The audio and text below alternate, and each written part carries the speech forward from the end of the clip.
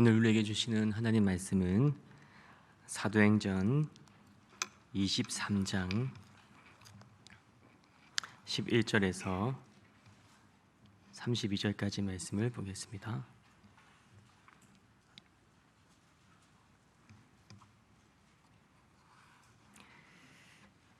한 절씩 교독하시겠습니다.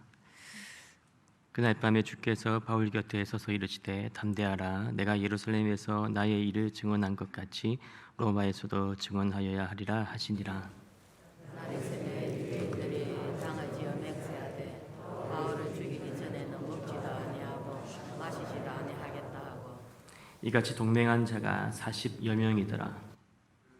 장대가 장로들에게 가서 말하되 우리가 바울을 죽이기 전에는 아무것도 먹지 않기로 굳게 맹세하였으니 이제 너희는 그의 사실을 더 자세히 물어보려는 척하면서 공회와 함께 천부장에게 청하여 바울을 너희에게로 데리고 내려오게 하라. 우리는 그가 가까이 오기 전에 죽이기로 준비하였노라 하더니 바울의 생길이 그들이 매복하여 있다 함을 듣고 와서 영내에 들어가 바울에게 알린지라. 바울이 한 백부장을 청하여 이르되 이 청년을 천부장에게로 인도하라. 그에게 무슨 할 말이 있다 하니 천부장에게로 데리고 가서 이르되 예수 바울이 나를 불러 이 청년이 당신께 할 말이 있다 하여 데리고 가기를 청하더이다 하매 천부장이 그의 손을 잡고 물러가서 조용히 묻되 내게 할 말이 무엇이냐. 대답하되 유대인들이 공모하기를 그들이 바울에 대하여 더 자세한 것을 묻기 위함이라 하고 내일 그를 데리고 공회로 내려오기를 당신께 청하자 하였으니 당신은 그들의 청함을 따르지 마옵소서. 그들 중에서 바울을 죽이기 전에는 먹지도 않고 마시지도 않기로 맹세한 자 40여 명이 그를 죽이려고 숨어서 지금 다 준비하고 당신의 허락만 기다리나이다 하니 이에 천부장이 청년을 보내며 경계하되 이 일을 내게 알렸다고 아무에게도 이르지 말라 하고 백부장 둘을 불러 이르되 밤새 3시에 가이사랴까지 갈 보병 200명과 기병 70명과 창병 200명을 준비하라 하고 또 바울을 태워 총독 펠릭스에게로 무사히 보내기 위하여 짐승을 준비하라 명하며 또 이 아래와 같이 편지하니 일렀으되 라우디오 루시아는 총독 펠릭스 각하께 문안하나이다. 이 사람이 유대인들에게 잡혀 죽게 된 것을 내가 로마 사람인 줄 들어 알고 군대를 거느리고 가서 구원하여다가 유대인들이 무슨 일로 그를 고발하는지 알고자 하여 그들을 공회로 데리고 내려갔더니 고발하는 것이 그들의 율법 문제에 관한 것뿐이요 한 가지도 죽이거나 결박할 사유가 없음을 발견하였나이다. 그러나 이 사람을 해하려는 각계가 있다고 누가 내게 알려주기로 곧 당신께로 보내며 또 고발하는 사람들도 당신 앞에서 그에 대하여 말하라 하였나이다 하였더라. 부병이 명을 받은 대로 밤에 바울을 데리고 안디바드리에 이르러 이튿날 기병으로 바울을 호송하게 하고 영내로 들어가니라. 아멘. 할렐루야. 우리 옆에 분 앞뒤로 인사하겠습니다. 축복합니다. 사랑합니다. 인사하시겠습니다.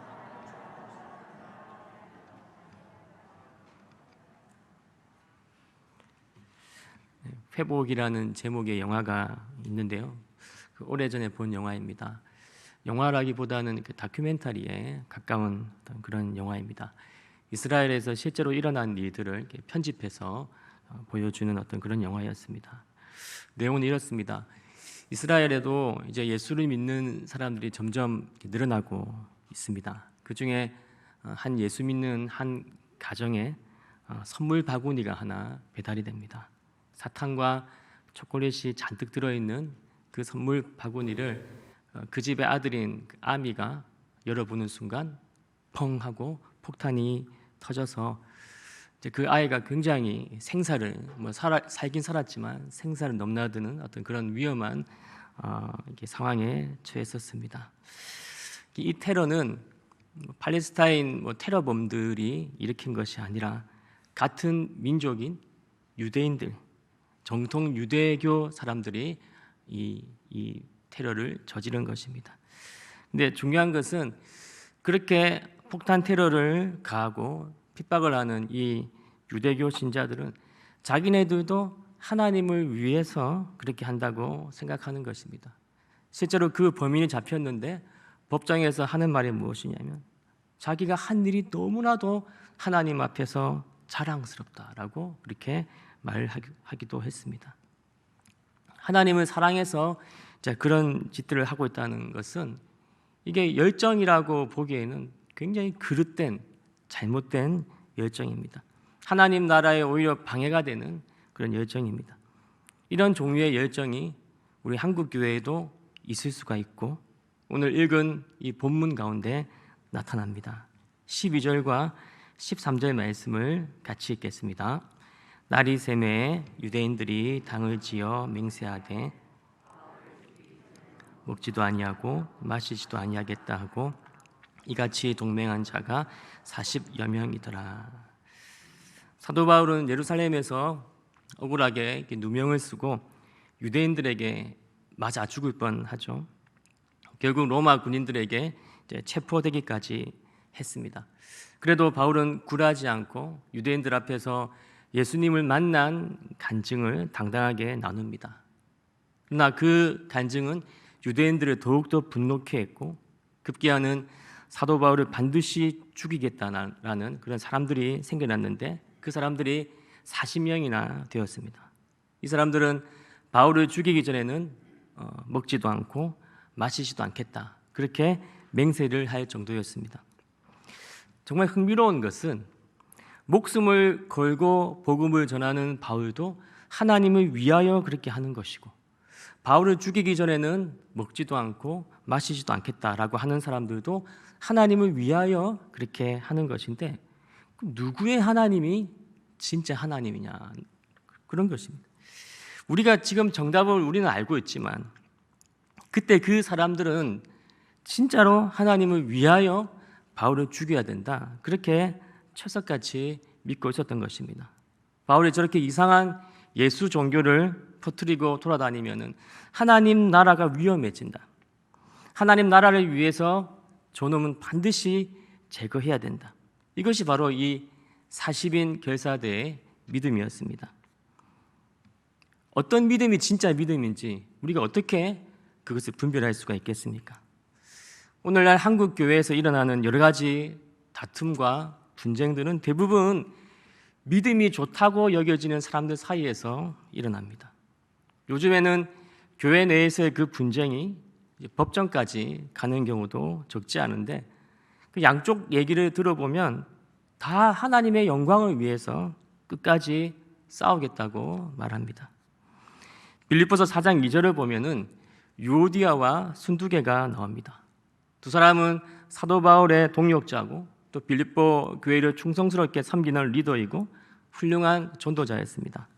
빌립보서 4장 2절 말씀 보시면은 내가 유오디아를 권하고 순두개를 권하노니 주 안에서 같은 마음을 품으라.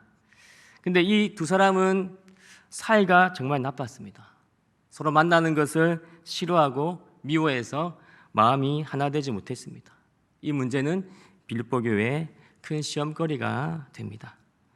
이 두 사람의 문제가 무엇이냐면 믿음이 너무 좋아서 분별력이 탁월한 것이 문제인 것입니다. 무엇이 옳고 그른지를 너무 잘 알기 때문에 끊임없이 상대방을 옳고 그른 잣대로 재기 때문에 언제나 결론은 저 사람이 문제야, 저 인간이 문제야, 항상 이렇게 결론이 되는 것입니다. 두 사람의 얘기를 각각 들어보면 다 맞습니다. 틀린 얘기가 하나도 없습니다. 그래서 해결이 안 되는 것입니다. 여기에서 하나님이 우리에게 원하시는 것이 무엇인지 우리가 발견할 수가 있게 됩니다. 그것은 하나님을 위해서 남을 죽이려고 하지 말고 너가 죽어라. 그게 바로 하나님을 위한 길이다. 이것이 바로 우리를 향한 하나님의 메시지인 것입니다. 왜 하나님이 사도 바울을 크게 쓰셨냐 하면 사도 바울은 남이 아니라 항상 자기가 죽어야 된다고 그렇게 생각한 사람이었습니다. 고린도전서 15장 31절 말씀 형제들아 내가 그리스도 예수 우리 주 안에서 가진 바 너희에 대한 나의 자랑을 두고 단언하노니 나는 날마다 죽노라. 만약에 내가 아니라 저 사람이 혹은 이 사람이 죽어야 된다고 그렇게 우리가 끝까지 생각을 한다면 우리와 이 본문에 나오는 40인 결사대와 크게 다르지 않을 수도 있다는 것입니다. 그런 우리를 통해서 하나님은 역사하실 수가 없을 것입니다. 이 말씀을 묵상하면서 저는 과거에 그 선교단체 시절 그 간사 사역을 하던 그 시절이 떠올랐습니다. 그때는 총각 때니까 집에도 들어가지 않고 공동체 생활을 하면서 새벽까지 신방하고 날마다 전도하고 있는 힘을 다해서 사역을 했습니다. 사례비는 거의 받지 못하면서도 정말 24시간 뛰듯이 그렇게 전도하고 사역했습니다. 그런데 열심히 뛴 것에 비해서 항상 열매는 적었습니다. 오늘 이 본문을 묵상하면서 왜 열매가 적었는지 주님께서 가르쳐 주시는 것 같았습니다. 제가 바로 그 40인 결사대의 한 명이었습니다. 그 중에 한 명이었습니다. 저는 끊임없이 동료 간사들을 비판하고 있었고 선배 간사들 또 대표 간사님을 끊임없이 비판하면서 저 사람 때문에 우리 공동체가 안 된다. 저 사람만 없으면은 우리 공동체가 부흥될 텐데. 제 안에 교만은 죄악은 보지 못하면서 끊임없이 다른 사람의 죄악과 교만을 판단하고 비판했습니다. 저 사람이 죽어야 돼. 근데 오늘 말씀을 통해서 하나님께서 저에게 이렇게 말씀하시는 것 같습니다.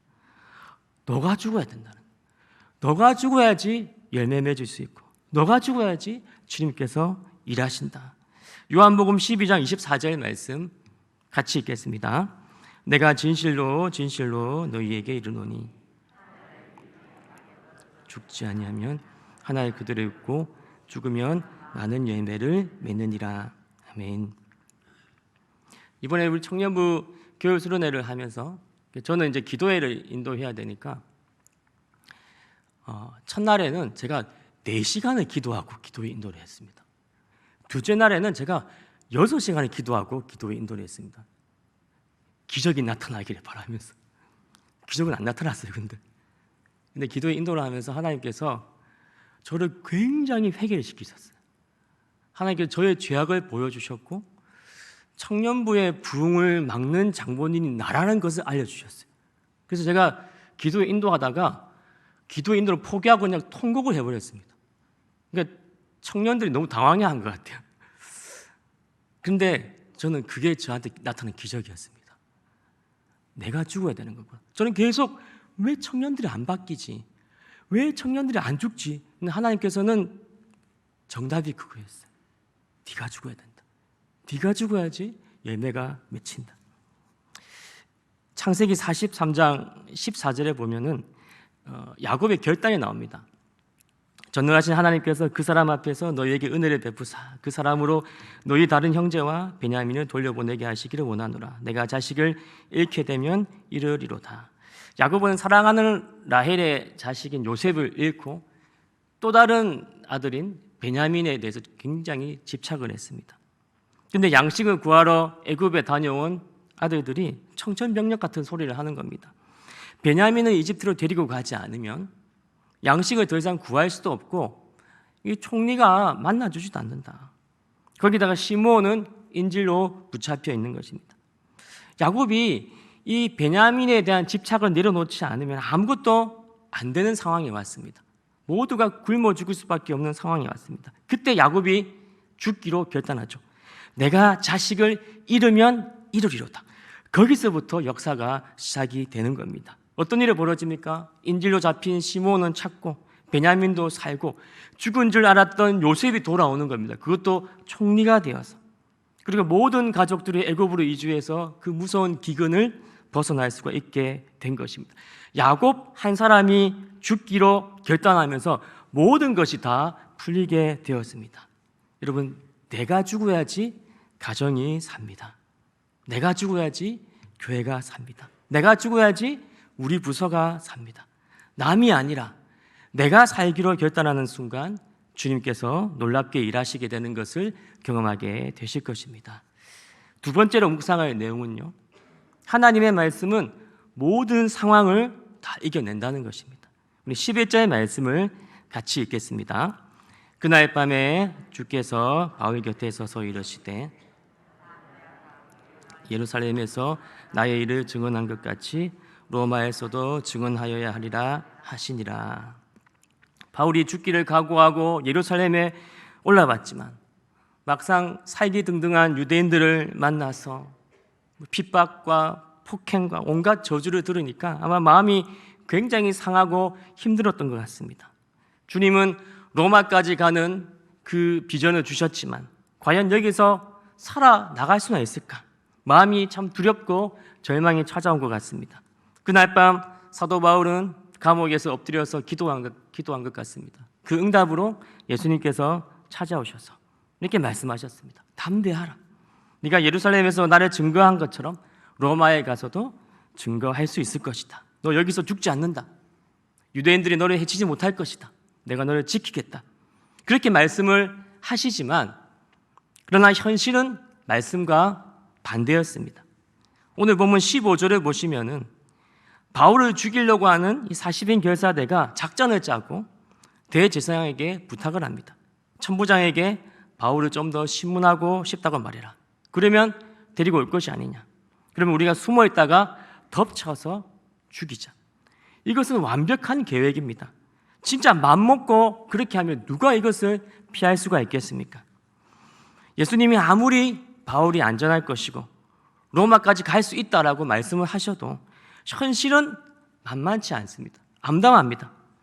우리가 처한 현실은요, 정말 살벌하고 거친 세상입니다. 우리가 어떻게 이런 현실에서 말씀으로 살 수가 있겠습니까? 그래도 우리는 말씀으로 살아야 됩니다.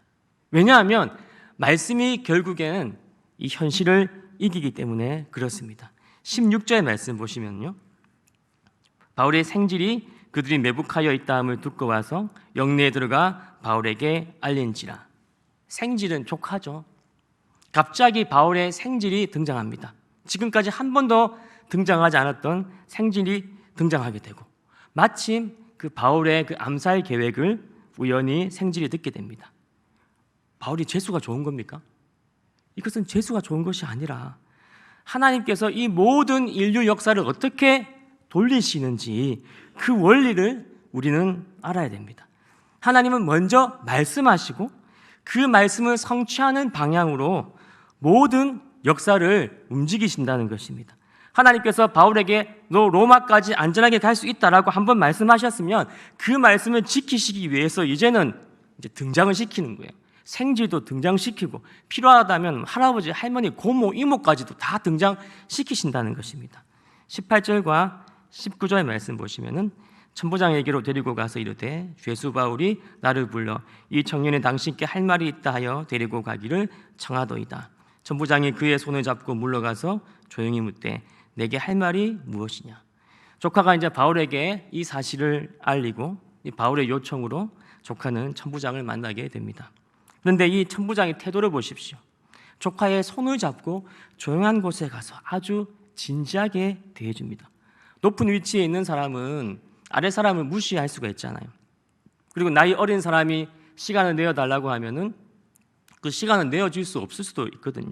근데 이 천부장은 아주 호의적이고 진지합니다. 손까지 잡아줍니다. 군인은 남의 손 잘 안 잡거든요. 천부장 자신도 왜 지금 이렇게 호의적이고 인자한지 모를 겁니다. 지금 하나님의 약속의 말씀이 성취되고 있으니까 그런 것이지 원래 착해서 그런 게 아닙니다. 23절과 24절 말씀 같이 읽겠습니다. 백부장 둘을 불러 이르되 밤 제3시에 보병 200명과 기병 70명과 창병 200명을 준비하라고 또 바울을 태워 총독 벨릭스에게로 무사히 보내기 위하여 짐승을 준비하라 명하며, 이 바울 암살 계획을 듣게 된 천부장은 바로 백부장 2명을 불러서 심야 바울 호송 작전을 지시합니다. 보병 200명, 기병 70명, 창병 200명, 총 470명을 동원합니다. 죄수 1명 옮기는데 470명까지 필요합니까, 여러분? 천부장이면 부하가 몇 명입니까? 1000명이죠. 자기 병력의 반을 죄수 1명 옮기는데 투입합니다. 완전히 이거 오버하는 거거든요. 자기도 왜 그런지 모를 겁니다. 그냥 자기 판단으로 하는 것 같겠지만 지금 말씀이 이루어지고 있는 것입니다. 바울도 470명이 동원되는 것을 보고는 아마 감을 잡았을 것입니다. 아, 말씀이 성취되고 있구나. 주님께서 혹시 바울이 모를까 봐 470명이나 동원시키면서 바울에게 알려주시는 겁니다. 바울아, 두려워하지 마라. 주눅 들지 마라. 너는 그냥 말씀만 붙잡아라. 말씀만 붙잡으면 너가 알지 못하는 어려움도 피하게 될 것이고 내가 이렇게 많은 경호원들도 붙여줄 것이다. 이런 메시지를 바울에게 주고 있는 것입니다. 사도행전 27장에 보면요, 로마로 가는 그 길에 배를 타고 가다가 풍랑을 만나가지고 배가 이제 침몰할 뻔 하다가 이제 겨우 어느 섬에 닿게 됩니다. 이때 군인들은 죄수들이 헤엄쳐서 도망가서 섬에 숨어버리면은 찾을 길이 없으니까 차라리 죽이자고 합니다. 그런데 백부장이 나서서 적극적으로 바울을 살리고자 합니다. 사도행전 27장 42절 43절 보시면은 군인들은 죄수가 헤엄쳐서 도망할까 하여 그들을 죽이는 것이 좋다 하였으나 백부장이 바울을 구원하려 하여 그들의 뜻을 막고 헤엄칠 줄 아는 사람들을 명하여 물에 뛰어내려 먼저 육지에 나가게 하고, 바울은 자기가 죽을 뻔한 사실도 아마 모를 겁니다. 말씀 붙들고 사는 인생이 제일 안전한 인생이고 제일 평안한 인생입니다. 살려고 발버둥 치는 것보다 말씀 붙잡고 사는 게 제일 낫습니다. 이 세상의 모든 환경과 현실은요, 정말 힘들고 어렵고 만만치 않지만 그 모든 것들을 말씀은 뚫고 나가는 것입니다. 말씀이 결국 모든 것을 이깁니다. 말씀대로 모든 것이 다 이루어지는 것입니다. 성경 모든 말씀이 다 중요하지만 특히나 중요한 말씀이 있습니다. 앞으로 이 세상의 역사의 수레바퀴와 또 개인 역사의 물줄기를 좌우하는 말씀이 있는데 바로 마태복음 24장 14절입니다. 같이 읽겠습니다. 이 천국 복음이 모든 민족에게 증언되기 위하여 온 세상에 전파되리니 그제야 끝이 오리라. 아멘. 사도 바울에게 로마에서도 증언하여야 하리라. 이 말씀 주시고 이 말씀이 바울이 로마까지 갈 수 있도록 모든 상황과 환경을 다 바꾸어 버리는 능력의 말씀이 되었듯이 우리에게는 이 마태복음 이 24장 14절 말씀, 모든 민족에게 복음이 전해질 것이고 그때 세상의 끝이 올 것이다. 이 말씀 주셨어요. 이 말씀 한 구절이 우리 인생의 모든 상황들 그리고 이 인류 역사의 모든 방향성을 결정하고 있다는 사실을 여러분 아십니까? 굉장히 놀라운 사실입니다, 여러분. 좀 놀라셔야 되는데. 여러분, 마태복음 24장 14절 이 말씀 때문에 여러분 지금 모든 인류 역사가 영향을 받고 있어요. 왜 배가 만들어졌습니까? 왜 비행기가 발명되었습니까?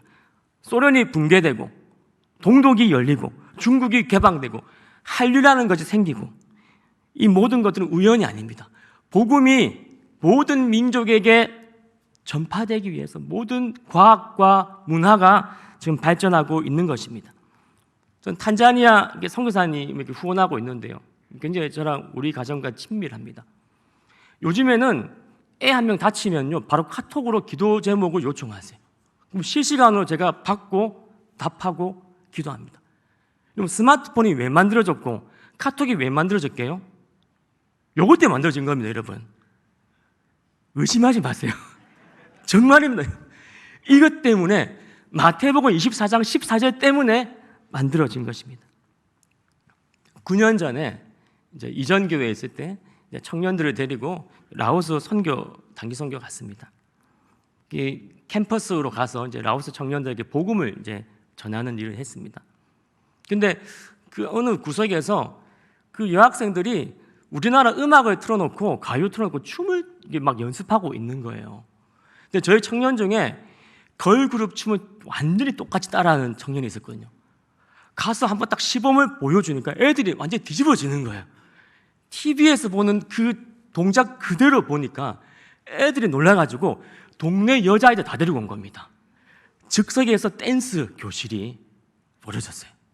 그리고 한쪽에서는 그 현지인 스태프들이 있었는데 한 명 한 명 데리고 가서 복음을 전하고 또 한쪽에서는 춤 배우고 굉장히 많은 그때 소녀들이 복음을 영접하고 예수님을 영접했습니다. 저는 또 한 현지인 청년과 같이 기숙사로 들어가서 방방마다 들어가서 복음을 전했습니다. 근데 어느 방에 들어가니까 그 한 청년이 컴퓨터로 러닝맨을 보고 있더라고요. 그러면서 나도 한국 사람이다 그러니까 뭐냐면 혹시 이광석, 유재석 아냐고 물어보는 거예요. 당연히 알지. 그러니까 놀라는 거예요. 그래가지고 다른 방에 있는 친구 다 데리고 온 거예요. 약간 오해가 있었던 것 같아요. 그 안다는 게 친분이 있었다 그게 아닌데 마치 내가 아는 것처럼. 그래가지고 모아놓고 집회하고 그 즉석에 집회하고 전도하고 복음을 전했습니다. 여러분 지금 한류가 전 세계를 강타하고 있는데 여러분 우리나라가 우수한 민족이어서 그런 게 아닙니다. 모든 민족에게 복음이 전파돼야 되는데 아직까지 하나님께서 한국 교회를 쓰고 싶으신 거예요. 아직까지 한국 교회 가운데 그 헌신자들이 기도하는 사람들이 있으니까 한국이 지금 문화로 전 세계를 지배하고 있는 겁니다. 여러분 이 눈으로 보셔야 되는 겁니다. 여러분 마태복음 24장 14절. 그러면 이 눈으로 볼 때 북한은 열릴까요 안 열릴까요? 곧 열립니다. 여러분 할렐루야. 제가 자신 있게 예언할 수 있습니다. 갑자기 통일됩니다. 그래서 청년들이 단기 선교를 북한으로 가는 일이 곧 일어날 것입니다. 말씀에 분명히 나와 있기 때문에 그렇습니다.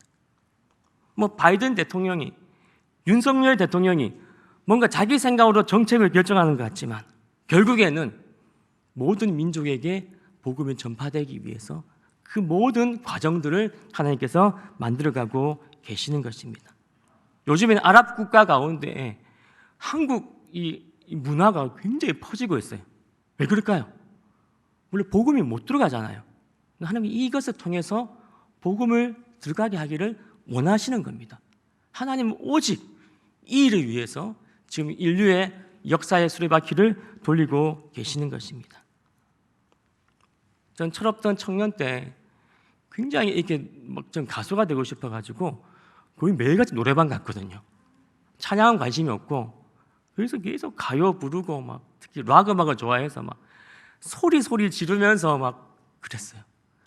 근데 결국 그 방황하던 시기도 결국에는 복음을 증거하는 일을 위해서 하나님께서 이끄시더라고요. 오랜 세월 찬양으로 사역하게 하시고 제가 라오스 가서 몽골 가서 아이들 앞에서 찬양할 때 그때 느꼈어요. 이 일을 위해서 하나님께서 이렇게 인도를 하셨구나. 여러분들 중에 외모가 괜찮은 분들 계시잖아요. 그죠? 대부분인데 여러분 제가 볼 때는 대부분인데 왜 괜찮을까요? 자랑하려고 괜찮은 게 아니에요. 여러분 아무래도 여러분 외모가 괜찮은 분들이 전도하면 마음이 좀 열리거든요. 결국은 복음을 전하기 위해서 우리는 그것을 받은 겁니다. 할렐루야. 그러니까 우리는 오직 이 눈으로 우리의 인생도 바라보고 이 인류의 역사도 바라봐야 되는 것입니다.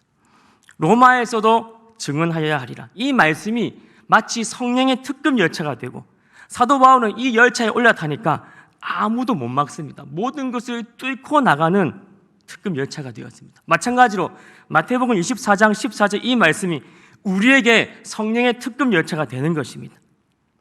이 세상의 끝을 향해서 달려가고 있습니다. 우리 인생의 끝을 향해 달려가고 있습니다. 여러분 이 열차에 올라타셨습니까?